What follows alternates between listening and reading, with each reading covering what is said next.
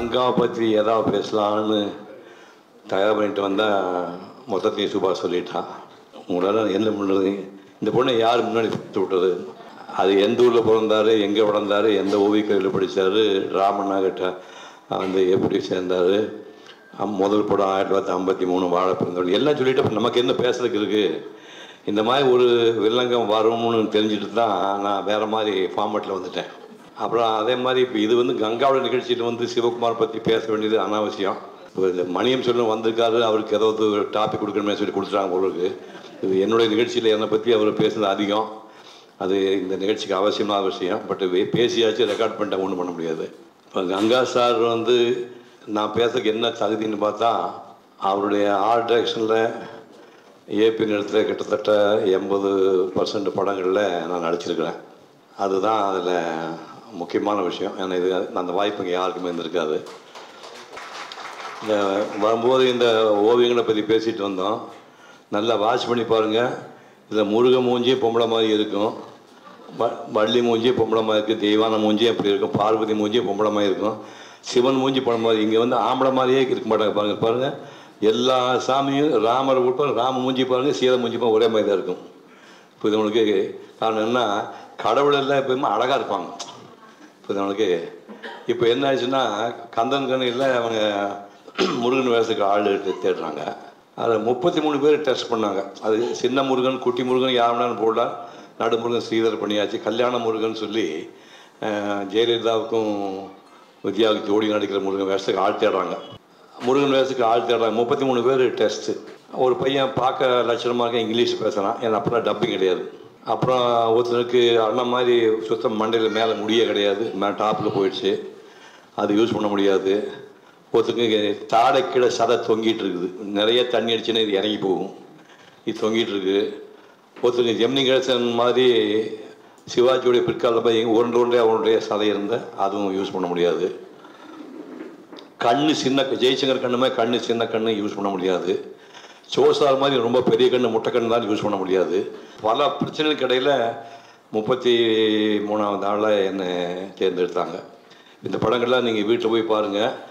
இந்த படங்களில் ஒரு இலக்கணம் உண்டு, முகங்களுக்கு ஒரு இலக்கணம் உண்டு. நீங்கள் வீட்டில் போய் கண்ணை குத்திக்காமல் டிவைடர் வச்சுங்க. டிவைடர் வச்சுட்டு இப்படி மெஷர் பண்ணுங்கள்.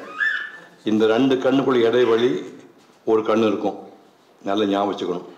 இந்த கண்ணுடைய அளவு இந்த முனையை பார்த்துட்டு அப்படி வச்சு பார்த்தா 2 கண்ணுக்குள்ள இடைவெளி ஒரு கண்ணளவு இருக்கணும். இந்த மூக்கு நீளமும் இந்த நெத்தி நீளமும் மூக்கு அடியில் உள்ள பகுதியும் ஒரே அளவு இருக்கணும். புரியுது நம்மளுக்கு? அப்புறம் ப்ரொஃபைல் திரும்பினோம்னா மேல் விட கொஞ்சம் வெளியிலும் உள்ள கொஞ்சம் அடங்கியிருக்கணும். இப்படி இருக்கக்கூடாது, இது வெளியே அது உள்ள அப்படி இருக்கக்கூடாது. இந்த உதடு கொஞ்சம் வெளியிலையும் இது கொஞ்சம் உள்ள அடங்கியிருக்கணும்.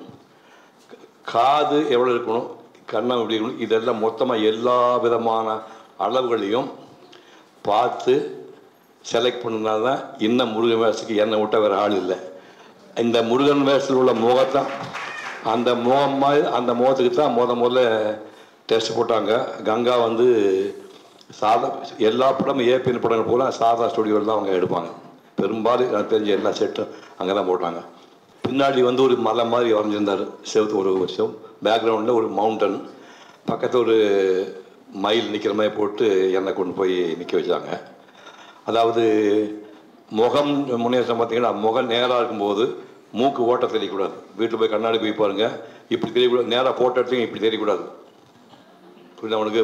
மூக்கு துவாரம் வந்து நேராக எடுக்கிற ஃபோட்டோ தெரியக்கூடாது. அது ஒரு கணக்கு இருக்குது. அதே மாதிரி இடம் பக்கம் சில பேருக்கு நல்லா, ஜெமினி கணேசனுக்கு இடது பக்கம் ப்ரொஃபைல் நல்லா இருக்கும், வலது பக்கம் மோசமாக இருக்கும். இனிமேல் போய் பாருங்கள், வலது பக்கம் ப்ரொஃபைல் பேடாக இருக்கும், இடது பக்கம் நல்லா இருக்கும். சிவகுமாருக்கு இடது பக்கம் நல்லா இருக்கும், வலது பக்கம் நல்லா இருக்கும், இது நல்லா இருக்கும். இதெல்லாம் எப்படி டெஸ்ட் எடுத்தாங்கன்னா, சாதா ஸ்டுடியோ கேமரா வச்சாச்சு. கேமரா வச்சு போய் தம்பி ஆன் பண்ணிட்டான். எனக்கு ஏபிஎம் டைலாக் சொல்லிட்டார். வீரபாகு தூது செல், தூய வழியில் நடக்கச் சொல், வானவரை விடுதலை செய்து வழி தெரிந்து நடக்கச் சொல், இதை மீறி வில்லுண்டு வாளுண்டு என்று வீணாக வாதித்தால் எம்மிடம் வேலுண்டு என்று கூறிவா. இது டைலாக். இதை நீ நிதானமாக படிங்க அப்படின்னா, நான் அதை சொன்னோடனே சீக்கிரம் படிச்சிட்டேன். படித்தோடனே என்ன சொன்னான்னா, இப்படி இடது பக்கம் ஸ்டார்ட் பண்ணுங்கள், அப்படியே பேசிட்டு இப்படி நேராக வாங்க, அந்த டயலாக் முடியும் போது வலது பக்கம் ஃபினிஷ் பண்ணுங்க அப்படின்னாங்க. இப்போ என்ன பாருங்கள், இடது பக்கம் பேச ஆரம்பிக்கும் போது இந்த ப்ரொஃபைல் வந்துச்சு கேமராவில். இப்போ 1/3 ப்ரொஃபைல் இப்போ ஸ்ட்ரெயிட் ஆங்கிள் வந்துடுச்சு. இப்போ இவன் வந்து 2/3 வந்தாச்சு, கடைசியில் லெஃப்ட். ஸோ முகம் மொத்தமே இந்த ஒரு டயலாக் பேசுகிற ஒரு 1.5 நிமிஷத்துக்குள்ளே அவன் செக்அப் பண்ணிக்க முடியும். அது டயலாக் கொடுத்தாங்க, நான் பேசினேன்.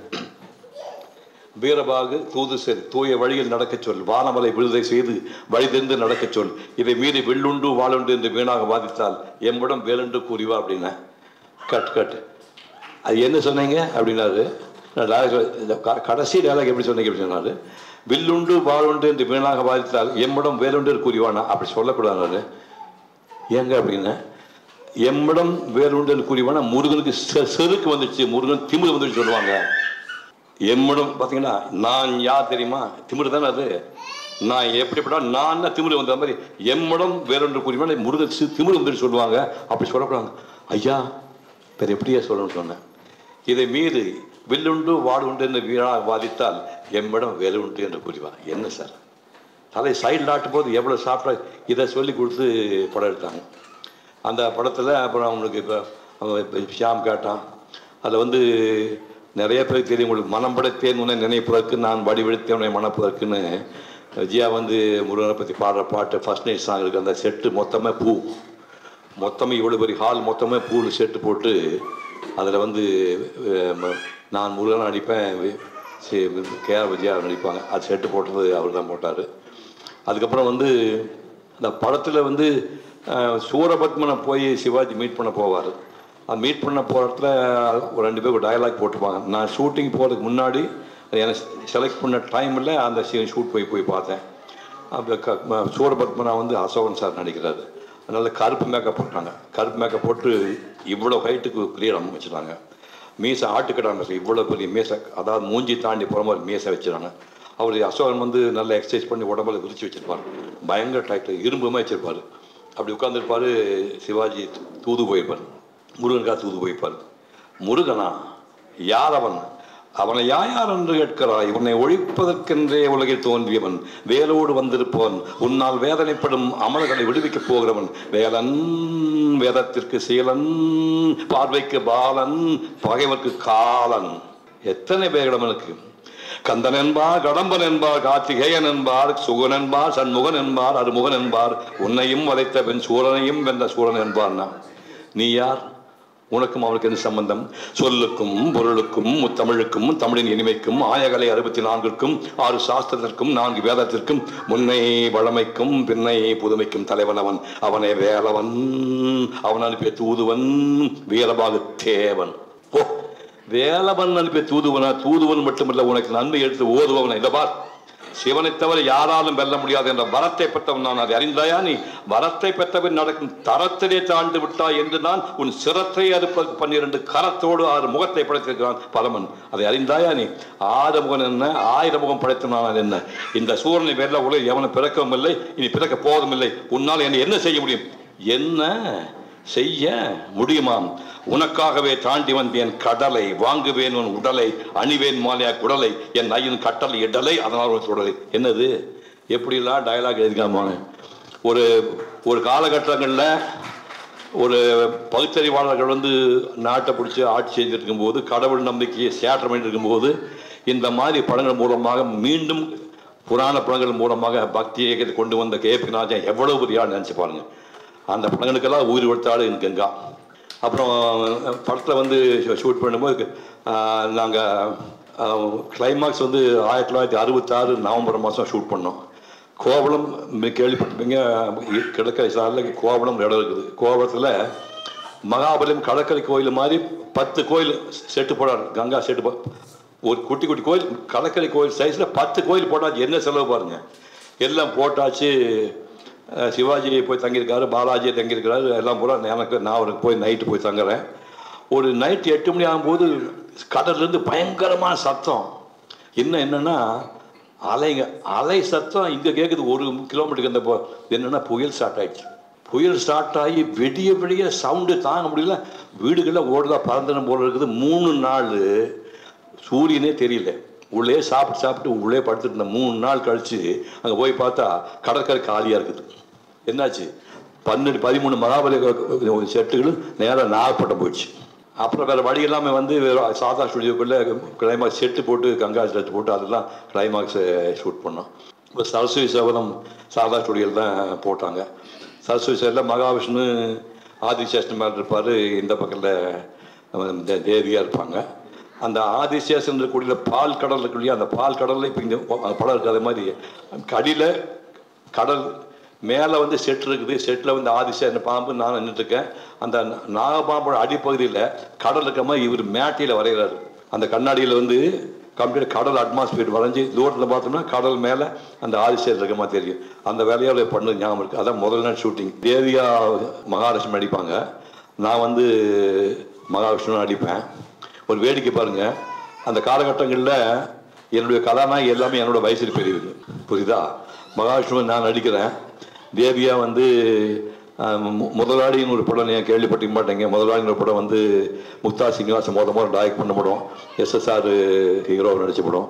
அது அந்த படத்தில் நடிக்கும்போது நான் 8ஆம் கிளாஸ் படிக்கிறேன். 8ஆம் கிளாஸ் நான் படிக்கும்போது முதலாளி படம் வந்துடுச்சு. அப்புறம் நான் எஸ்எல்சி முடிச்சு ஓவிய கல்லூரி வந்து 6 ஆண்டு முடிச்சு அதுக்கப்புறம் நடிக்க வந்து எத்தனை வருஷம் கூட்டிப்பாங்க. அந்த அம்மா எனக்கு ஜோடிங்கன்னா நல்லா வைப்பாங்க, பெரியக்கா.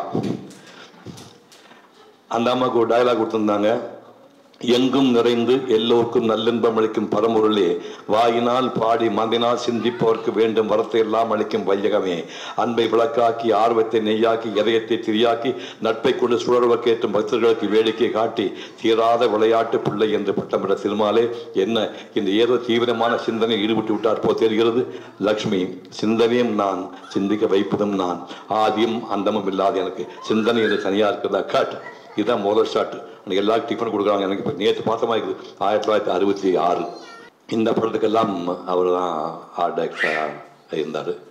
அதுக்கப்புறம் வந்து ஸ்ரீதரன் வேட்டை வரும்போது இப்போ இந்த கதைக்குள்ளே போயிடுவோம். ஸ்டார்டிங் போதெல்லாம் அதை வந்து கும்பகோணத்தில் ஓவியக் கல்லூரியில் படிக்கிறாரு. படித்தோடனே ஆர்ட் டைரக்டருக்கு வந்து நெப்டியூன் ஸ்டுடியோவில் வந்து ராமண்ணா சிவாசில் நெப்டியூன் ஸ்டுடியோ செய்கிறாரு. நெப்டியூன் ஸ்டுடியோன்னு என்னன்னு நீங்கள் தெரிஞ்சுக்கணும். நெப்டியூன் ஸ்டுடியோங்கிறது இப்போ உங்களுக்கு ஜானகி எம்ஜிஆர் மகளிர் கல்லூரி இல்லையா, அதுதான் நெப்டியூன் ஸ்டுடியோ. அடையாளத்தில் வந்து ஜானகி எம்ஜிஆர் மகளிர் கல்லூரி, அதுதான் நெப்டியூன் ஸ்டுடியோ. இந்த நெப்டியூன் ஸ்டுடியோவில் ஆர்ட் டைரக்டராக இருக்குது வாய்ப்பு தருவாங்க. அந்த நெப்டியூன் ஸ்டுடியோவுக்கு ஒரு கதை இருக்குது. 1934 தியாகராஜ பாகவதர் பவளக்கொன்னி ஒரு நாடகம் போட்டு திருச்சி வட்டாரத்தில் பேர் வாங்கி ஓடிட்டு இருக்குது. 1934 அந்த நாடகத்தை வாங்கி படமாக எடுக்கிறாரு கே. சுப்பிரமணியம். கே. சுப்பிரமணியம் நடிக்கிறாரு. இந்த நாடகத்தில் தியாகராஜ பாகவதர் நடித்த பொண்ணு பேர் SD சுப்புலட்சுமி. அந்த நடிகை கே. சுப்பிரமணியம் 2வது வருஷமாக கல்யாணம் பண்ணிக்கிறார்.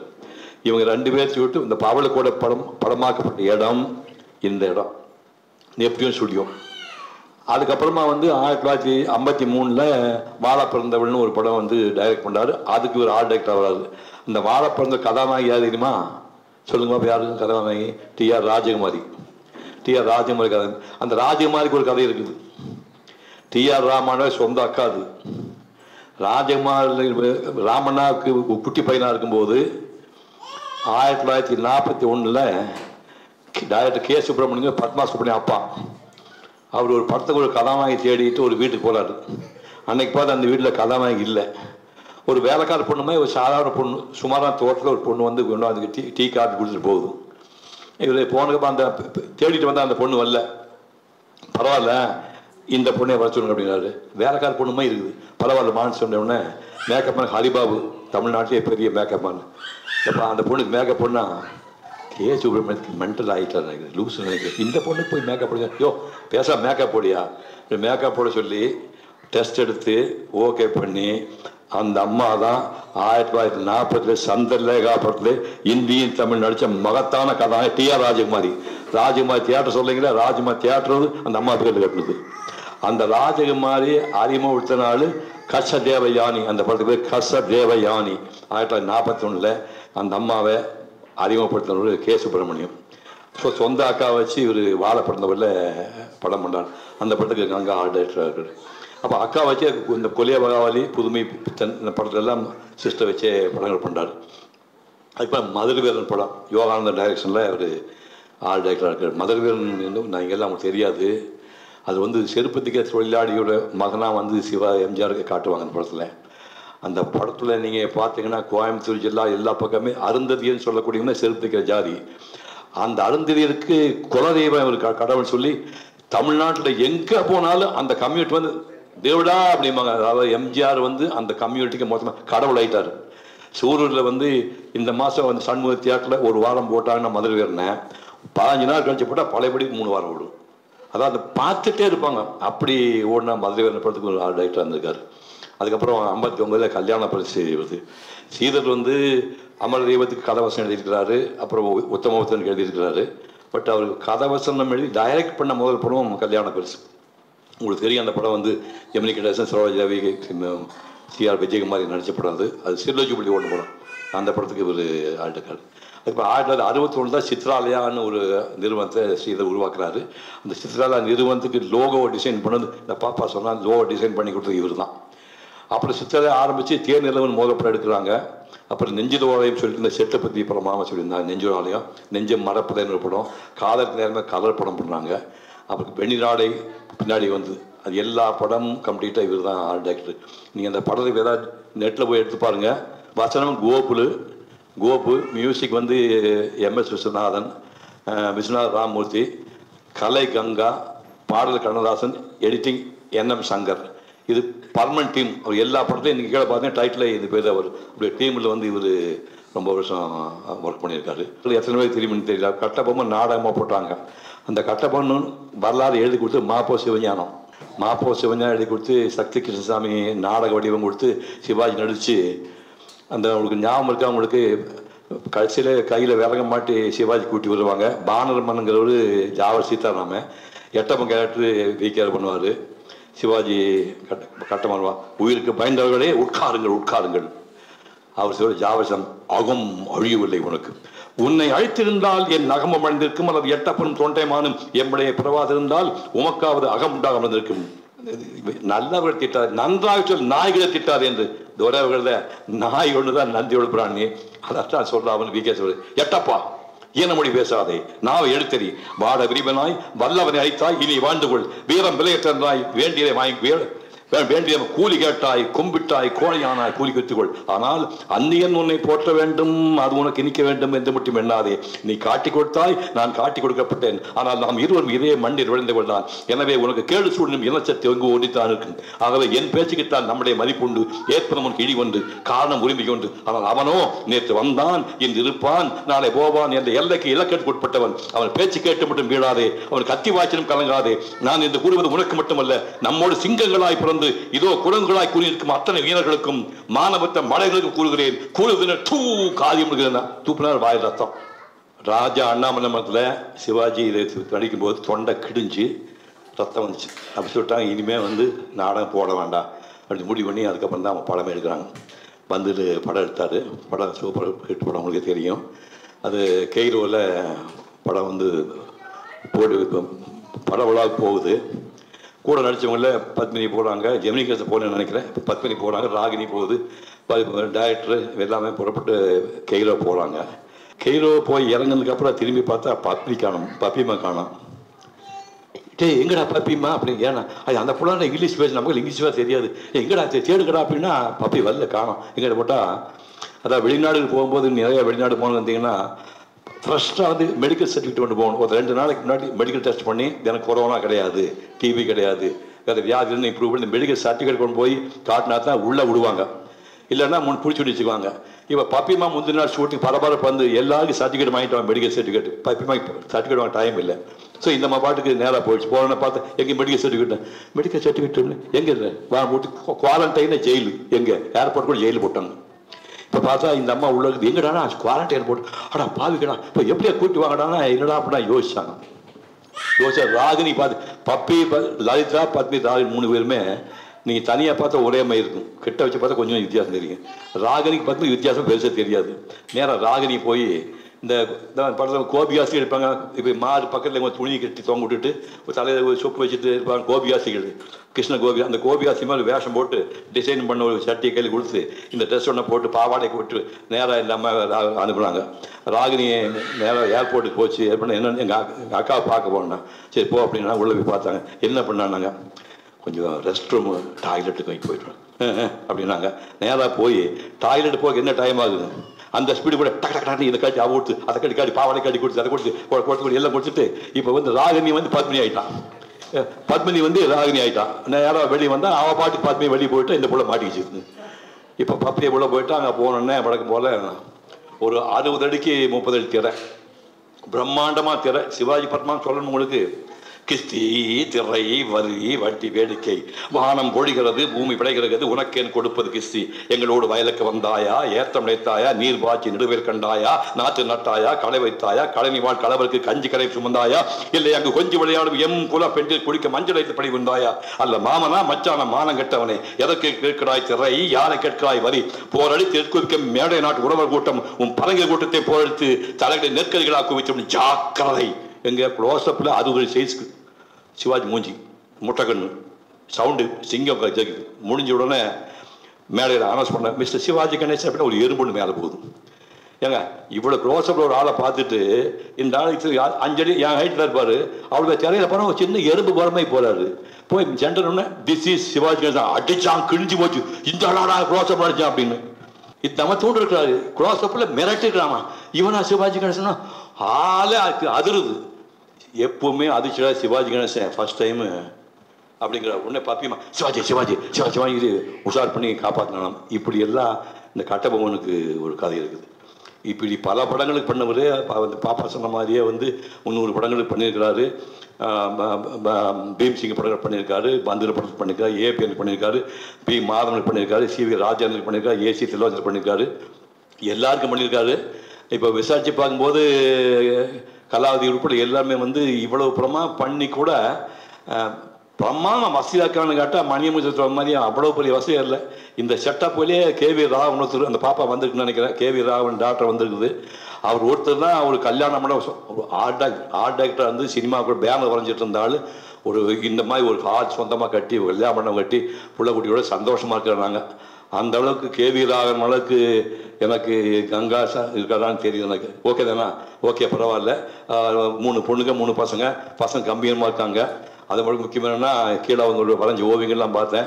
இது வந்து மணியம் செல்வன் அப்பா வந்து மணியம் ஓவியங்களும் கீழே இருக்கிற கங்கா ஓவியங்களும் கிட்டத்தட்ட ஒரு ஜாதி. இவங்க 2 பேருமே அஜந்தா இல்லோர ஓவியங்களை அப்படியே உள்வாங்கிட்டு அந்த சிற்பம் அது எல்லாரா ஓவியங்கள வடிவத்தில் ஹியூமன் பீயிங்கு இந்த சிற்ப வடிவத்தில் இந்த 2 பேட்டர்ன் தான் இவங்க அப்பா போது. இவர் மணியம் செல்வன் பெரிய ஆர்டிஸ்ட், அவர் சாதாரண நினச்சிக்காருங்க, அவர் பெரிய ஆர்டிஸ்ட்டு. அவர் போர்ட்ரேட்டும் புறமா வரைவார், இந்த மாதிரி லைன் டிராயிங் வருவார். மணியம் ஓவியங்களும் கீழே கங்கா ஓவியங்களும் கிட்டத்தட்ட ஒரே பேட்டர்னில். பட் இத்தனை வருஷம் கழிச்சு கிட்டத்தட்ட ஒரு 70-75னா ஒரு 50 வருஷம் ஆகுது. அந்த படங்களை வந்து அப்பாவுமே உள்ள மரியாதை காரணமாக இந்த குழந்தைங்க அந்த படத்தில் சேவ் பண்ணி வச்சுருக்கிறாங்க. ஒரு எக்ஸிபிஷனாக வச்சுருக்காங்க. அதை பார்க்கறதுக்கு ஒரு வாய்ப்பு கொடுத்தாங்க போது எனக்கு ரொம்ப நிகழ்ச்சியாக இருக்குது. இந்த நிகழ்ச்சியில் உங்களை எல்லாம் சந்திக்கின்ற வாய்ப்பு கொடுத்ததுக்காக மனப்பூர்வமான நன்றியை தெரிவித்துக் கொள்கின்றேன்.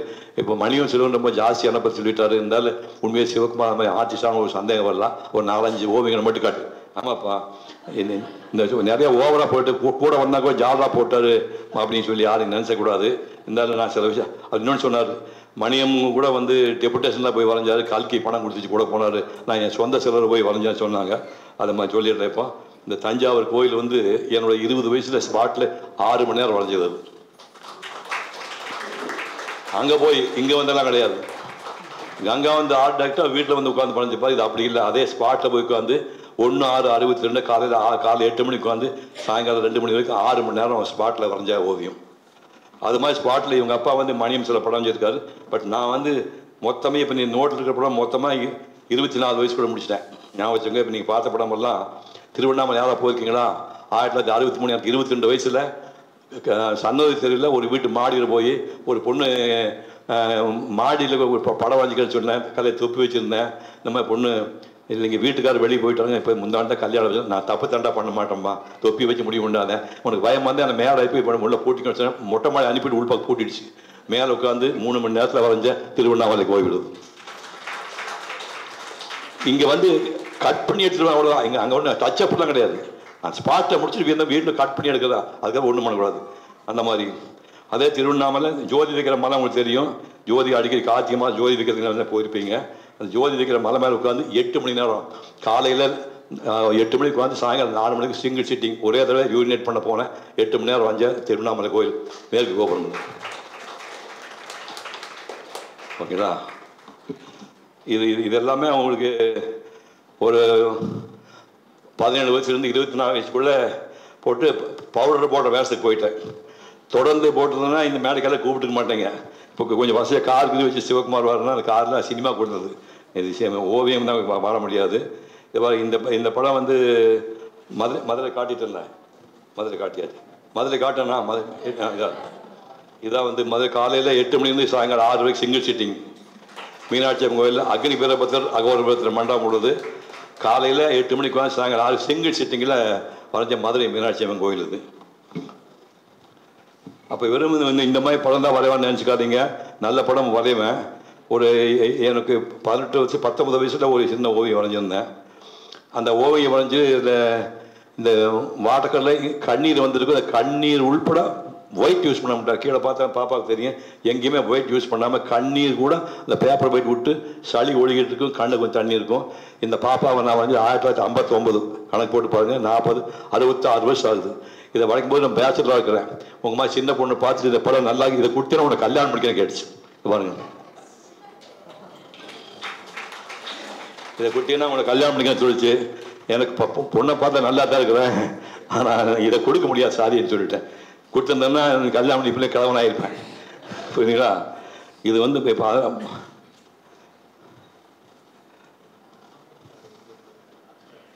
ஆமாம் அதெல்லாம் திருப்பதிக்கு வந்து 1962 எனக்கு 21 வயசில் கருட உற்சவம் ரத உற்சவம் டயத்துக்கு போய் மேலே தங்கறதுக்கு இடம் இல்லாமல் இப்போ இந்த ஹாலில் நீங்கள் அதிகமாக போனால் ஒரு 30-40 பேர் இருப்பீங்க. இந்த காலில் 200 பேர் இருந்தால் எப்படி திரும்பி பாருங்கள். இந்த மொத்த காலில் 200 பேர் இருந்தால் எப்படி இருப்பீங்க? 200 பேர் இருக்கும்போது நீங்கள் படுக்க இடம் இருக்காது. அந்த கேப்பில் நின்றுட்டு இருக்கும்போது ஒருத்தன் அடியில் படுத்துட்டான். திரும்பி பார்த்தா காலில் ஒழிக்கிறான். இந்த பார்த்து ஒருத்தர் படுக்கிறான். டேய் படுத்துக்கிறான்னு சொல்லி கூட வந்த 2 ஆர்டிஸ்ட்டு உங்கள் கால் நடுவில் படுத்து 10 மணிக்கு படுத்து காலை 4 மணி வரைக்கும் ஓப்பன் ஸ்பேஸில் படுத்துட்டு தெருக்குழாய் போய் பம்பில் காய்ச்சி பண்ணி குடிச்சிட்டு 1962 திருப்பதியில் நான் வரைஞ்சது கிட்டத்தட்ட 21 வருஷம். 1962 இந்த ஸ்பாட்டில் வரைஞ்ச ஓவியம். இது எல்லாமே வந்து இப்போது நான் வந்து ஓவியனாக வாழ்ந்திருந்தேன்னா இந்த புக்கு போட முடியாது. இந்த புக்கு போடுறதுக்கு பசங்க வேணும். நான் ஓவியனாக வாழ்ந்திருந்தேன் இந்த திருவண்ணாமலை சாமியார் இருந்திருப்பேன். சாமியார் இருந்தேன்னா நீ யாருக்கு தேவை? சினிமாக்குள்ளே போனதுனால ஒரு பாய் வந்து கல்யாணம் பண்ணேன். ஒரு பைத்தியார் 2 குழந்தைய பற்றி கொடுத்தா அவங்க சக்ஸஸ்ஃபுல்லாக இருக்கிறாங்க. அதனால் அவங்க வந்து கிட்டத்தட்ட 5 lakhs செலவு பண்ணி இந்த புத்தகம் போட்டு கொடுத்தாங்க. அதனால் இங்கே கொண்டு வந்து காட்டிகிட்டு இருக்கேன். அப்புறம் குட்டி குட்டியாக நிறைய கதைகள்லாம் இருக்குது. தம்பி மோலியா சொன்னார், வில்லேஜில் இருக்கும்போது எங்கள் ஊரில் டாய்லெட் வசதி கிடையாது, பள்ளிக்கூடம் கிடையாது, குடிநீர் கிடையாது.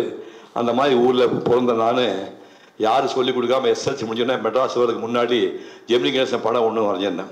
ஜெமினி கணேசன் படம் இந்த மாதிரி இந்த படத்தை வரைஞ்சி ஜெமினிக்கு அனுப்பினேன். லைன் ட்ராயிங் இதை போட்டு அவன் ஜெமினிக்கு அனுப்பியிருந்தேன். அனுப்பினோடனே அவர் பார்த்துட்டு சிவாஜி எம்ஜிஆர் மற்ற எந்த நடிகரும் பதில் போடல, இவர் மட்டும் எனக்கு பதில் போட்டு வருங்காலத்தில் நீ பெரிய ஆர்டிஸ்டாக வருவேன் அப்படின்னு வாழ்த்தி ஒரு ஃபோட்டோ யூஸ்வலாக ஃபோட்டோ அனுப்புவோம்ல, கீழே கையெழுத்து போட்டு ஆட்டோகிராஃபர் சின்ன ஃபோட்டோ அனுப்பினார். இது வந்து 1958 விதிவசமாக காலம் மாறி 58, 59, 60 மெட்ராஸ் வந்துட்டேன். மெட்ராஸ் வந்து ஸ்கூல் ஆஃப் ஆர்ட்ஸ் சேர போகிறேன். அப்போது 58 ஜெமினி கணேசன் எந்த படத்தை அனுப்பினாரோ அந்த படத்தை 2 வருஷத்துக்குள்ள நானாக இம்ப்ரூவ் பண்ணி இப்படி வரைஞ்சேன்.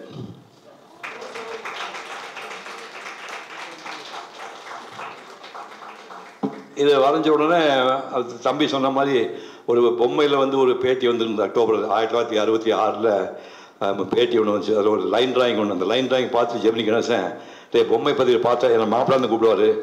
மாப்பிள்ளை ஒரு டிராயிங் ஒன்று பார்த்தேன், பொம்மையில் வந்துச்சு, ஒரு கண்ணீர்லாம் வர்ற மாதிரி லைன் ட்ராயிங் போட்டு பிரமாதாண்டா அப்படின்றாரு. அது இந்த படம் ஜெமினி கணேசன் பாராட்ட படம் இந்த படம். இது மைசூர் தசரா எக்ஸிபிஷனில் ஃபர்ஸ்ட் ப்ரைஸ் வாங்குச்சு. இதை பார்த்துட்டு இவ்வளோ படம் வாங்கியிருக்கேன், ஐயோ ஓ படமாக நான் வாங்கியிருக்கீங்க அப்படின்னு. என்ன வாங்கியிருக்கேன்? கொண்டா காட்டினேன், இந்த படத்தை கொண்டு காட்டினேன். இந்த பார்த்துட்டு டே மாப்பிள்ளை எனக்கு எனக்கு கொடுத்துட்றா டே நீ தானே உயிரோடு இருக்கிற, அது வெறும் பொம்மை தானே போயா அப்படின்னு கொடுக்க மாட்டேன்.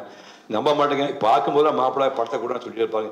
20 வருஷம் 25 வருஷம் அவர் கேட்டு டயர்ட் ஆகிட்டார்.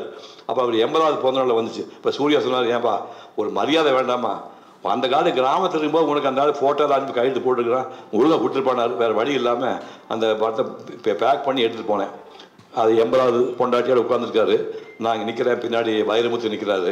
இந்த பார்சல் பண்ணி ஒட்டியாச்சு. பார்த்து முடியும் பிரதர் என்னதுன்னு சொன்னேன். அது இப்போ கூட சொல்ல மாட்டேன் மாமா, ஜெமினி கிட்ட காட்டுவேன். இந்த பார்சலுக்குள்ளே என்னதுன்னு கரெக்டாக சொன்னார்னா அதை கொடுப்பேன், இல்லை எடுத்துகிட்டு போயிடுவேன். நேராக போனேன், எவ்வளோ போட்டுருக்கணும் எல்லாத்துக்கும். அது இந்த பார்சலை காட்டி மாமா இது கூட இருந்துக்குன்னு வேறு என்ன ஏன் படம் தாண்டா அப்படின்னாரு. அப்போ மண்டை கூட இருந்துகிட்டே இருந்துக்குது. அப்போ பிரித்து இந்த ஒரிஜினல் படத்தை நான் கொடுத்துட்டேன். அது மாதிரி ஒவ்வொரு படத்துக்கு பின்னாடி ஒரு கதை இருக்குது. இவங்க நீ திங்க் பண்ணி பாருங்க, 7 வருஷங்கள் முடிஞ்சு போச்சுமா. அவள் கங்கா வந்து வாழ்நாள் கூட வந்து இந்த கலைக்காக வாழ்ந்து 300 படத்துக்கு ஒர்க் பண்ணிருக்காங்க. அது லைஃப் டைம் ஒரு ஆர்டிஸ்டாக வந்துருக்காரு. எனக்கு 7 வருஷம் தானே, என் லைஃப் மொத்தமாக 7 இயர்ஸ் தானே பண்ணியிருக்கேன் நான். இதை பாருங்க,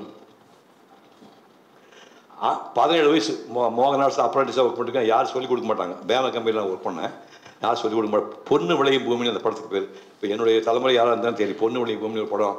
அந்த படத்தில் வந்து பப்பிமா படத்தில் வந்து பேனர் வரையதுக்காக ஒரு ஃபோட்டோ வச்சு கம்பெனியில் வச்சுருந்தாங்க. அந்த படத்தை பார்த்து நான் 1958 வரைஞ்சேன். 58னா எனக்கு 17 வயசு. அந்த படம் வரைஞ்சிருந்தேன். அது அப்படியே இருந்துச்சு. இப்போ சமீபத்தில் 2004-05 வினீத்னு பப்பிமாவுக்கு செஞ்ச ஒரு நடிகை படங்கள்லாம் நடிக்கிறோம். இப்போ வினீத்னு பேர்.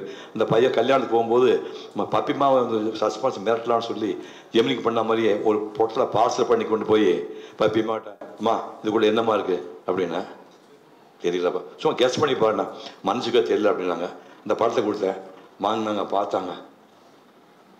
நீ வரைஞ்சுதான் நான் இவ்வளோ அழகாக இருந்தேனா? இல்லைம்மா இதை விட அழகாக இருந்தீங்கன்னாங்க.